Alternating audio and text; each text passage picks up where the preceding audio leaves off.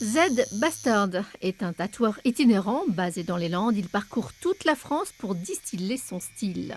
À Pau, il a ses inconditionnels qui l'attendent. Son empreinte, c'est la New School tendance art naïf. Mais loin de se considérer comme un artiste, il préfère dire que ses tatouages sont artistiques. C'est rare quand un peintre termine sa toile que sa toile lui dise merci avec le sourire. Voilà.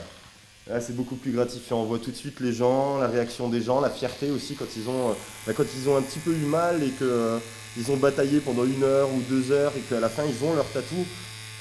Même d'un seul coup, quand ils le voient dans le miroir, la douleur elle est oubliée.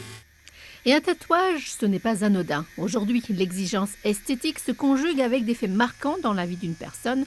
Le tatouage peut être considéré comme un acte rituel ou encore un rite de passage.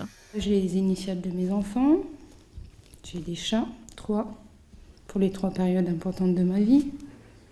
Et une petite fille qui, je pense, me représente. Voilà. Pratique ancestrale, le tatouage remonterait à l'ère du néolithique. En Égypte ou en Asie, par exemple, il était pratiqué par les tribus primitives pour marquer une appartenance à un peuple.